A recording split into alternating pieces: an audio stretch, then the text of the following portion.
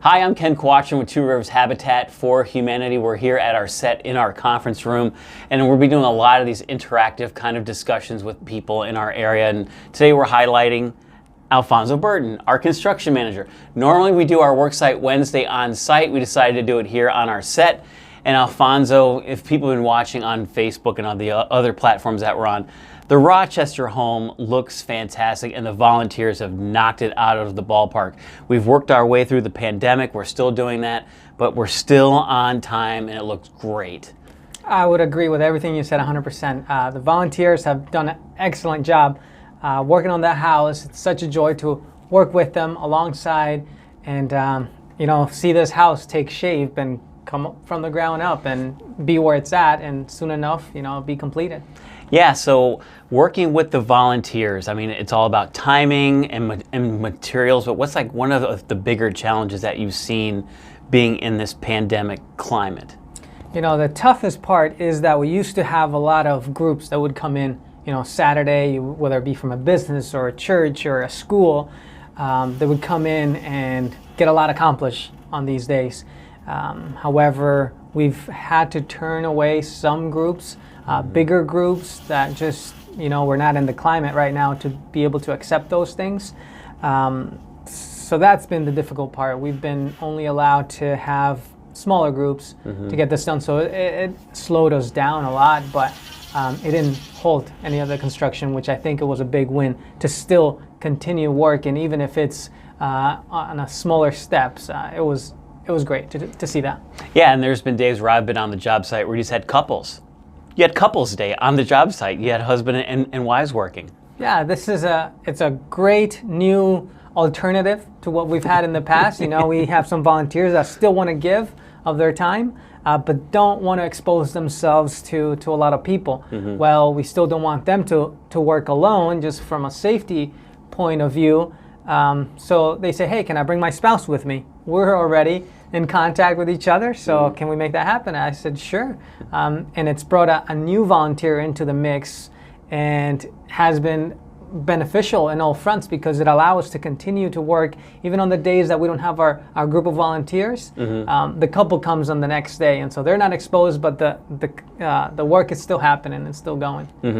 And that's the one thing that we want people to know is we're still doing all of this work regardless of what climate that we're in. The job is still getting done. What is the most rewarding part of your job, Alfonso? You've worked for corporate profit America. Now you're here at Two Rivers Habitat. What's like one of the biggest things that you've taken away in this year and 3, 4, 5 months, whatever it is that you've been here? Yeah, like you said, I was working in the for-profit industry, side of the industry, the construction industry, and made the switch over to now work with Habitat, with a nonprofit.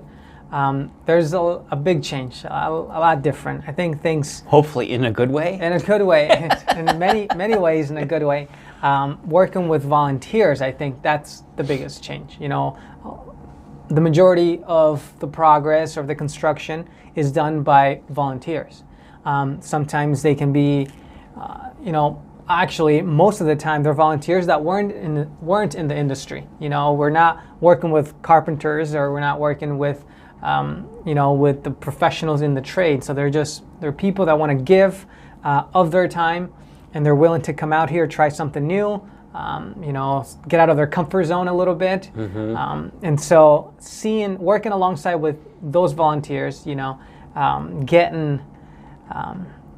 seeing their progress and their accomplishment and being proud of what they do and stepping out of that comfort zone, like I said, is the biggest reward that I see. And then next to that would be serving the families. I think a lot of these families that we service haven't gotten the best hand dealt to them. And so to come in and be able to be an ace up their sleeve kind of thing, it's a big change in the quality of life for them, for the kids. So to be able to be that person is very, very rewarding. So when you're on a job site and you know that you're building a home or repairing a home, at the end of the day, you feel that sense of worth that you're giving back you know, your job is to help families. How does that make you feel?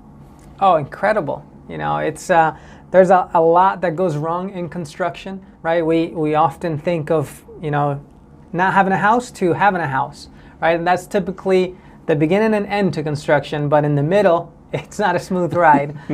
So it can be stressful. It can be a lot of juggling, a lot of different hats that I got to wear. But at the end of the day, like you said, to have to be another step closer to a complete home for the family to move into, and as we knock down those phases of construction, you know, the foundation to the framing, to the drywall, to the finishes, it builds a lot of momentum to the finish line of being able to close on that house. You've done a lot of work with our organization in the short time that you've been here. The one that pulls on my heartstrings still today is the Byron ramp. That got national attention from Fox News, the Bobby Bones radio show.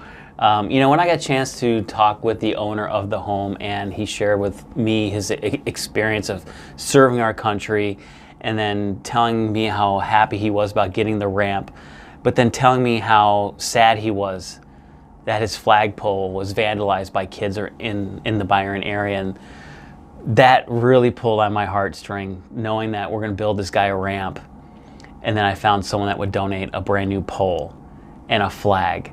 And then to see him come out and come down the ramp, and to see him to salute the flag, that really hit home with me why God put me here.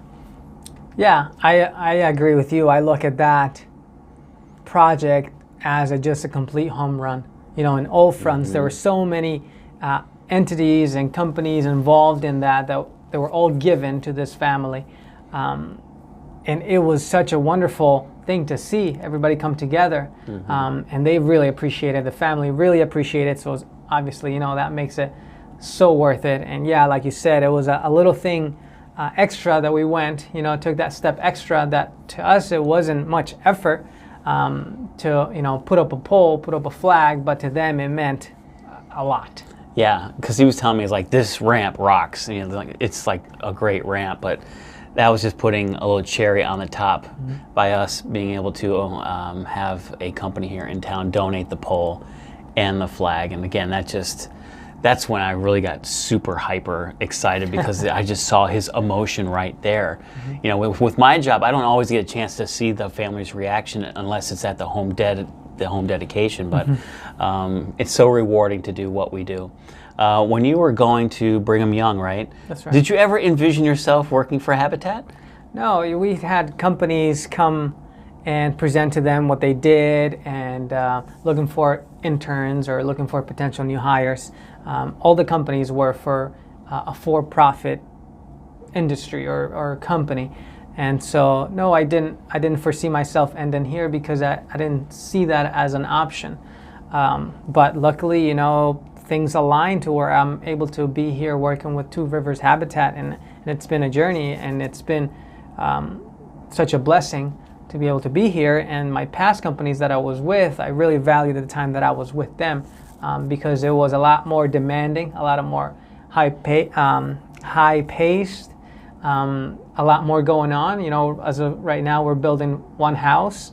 We'll have two houses here at the same time, but in the for-profit, you know, it wasn't rare to me be managing 8 to 12 homes at a time. And so it really helped me develop my skills to be able to come here and be successful, and help Habitat be able to grow and be successful in blessing more and more families. So you're bridging the gap to where I was about to ask the next question. So as we finish the Rochester home, we collectively as an organization are super duper excited to be building 2 homes in Owatonna. They haven't had a new home since 2017. We're building 2 simultaneously at the same time. What challenges do you see right now? Well, coming on with Habitat, I jumped into 2 home constructions that were being built, and they were in the process of being built. You know, they were midway through their construction. And Claremont, right? Yes, we had one in Claremont and one here in Rochester. and I wasn't part of the beginning phases of the construction.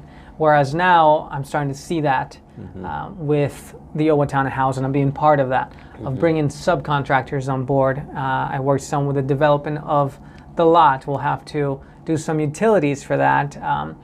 And so the beginning phases of it, or overseeing the entire process of the construction, is the new challenges or opportunities, as I like to call them, in the construction side of things. And we've had so many people over in Owatonna partner with us already, and we haven't broke ground yet.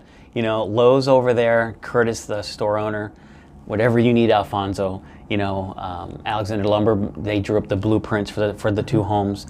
We've been talking with Robin at Flooring Frenzy, Brian Demmel from Demmel Heating and Cooling. There's been a lot of great partnerships that are already growing, and if anything, we're kind of ahead of everything. How's the pacing going for groundbreaking? It's growing really well, and as you mentioned, you know, listing off all those companies, you can really feel the excitement of the city of Owatonna to have Habitat for Humanity come back into town and build not one but two houses. So having seen that community excitement has really encouraged us as a company to be prepared for when those two homes start getting built. And so as far as our schedule, as far as our estimating and our takeoffs for materials, and as far as the planning of the construction and of the homes went, I think it's going really well, just because we have that, you know, that fire from the city.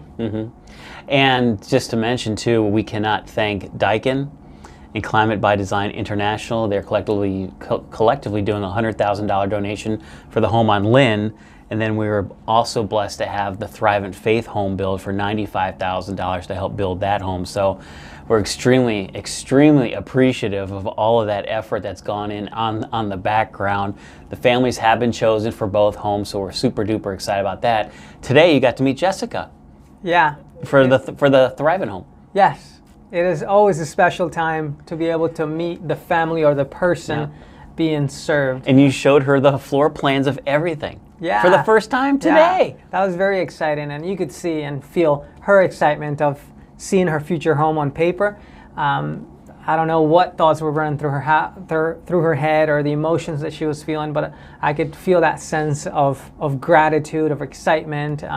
Yeah, it was really sweet to be able to walk her, give her a little virtual, or rather, you know, visionary tour of her house through the plans. And so when you were doing that with her and you're showing her all the blueprints and everything, I saw, from my perspective, eyes open, mouth open, like, whoa, this is crazy. And that's kind of like when it hit home with me, like, here's the first time she's going to actually see what her home looks like. Yep. That was amazing to see that reaction, because I asked her, I said, have you seen the blueprint to your house yet? She said no. And I'm like, well, it's been on Facebook.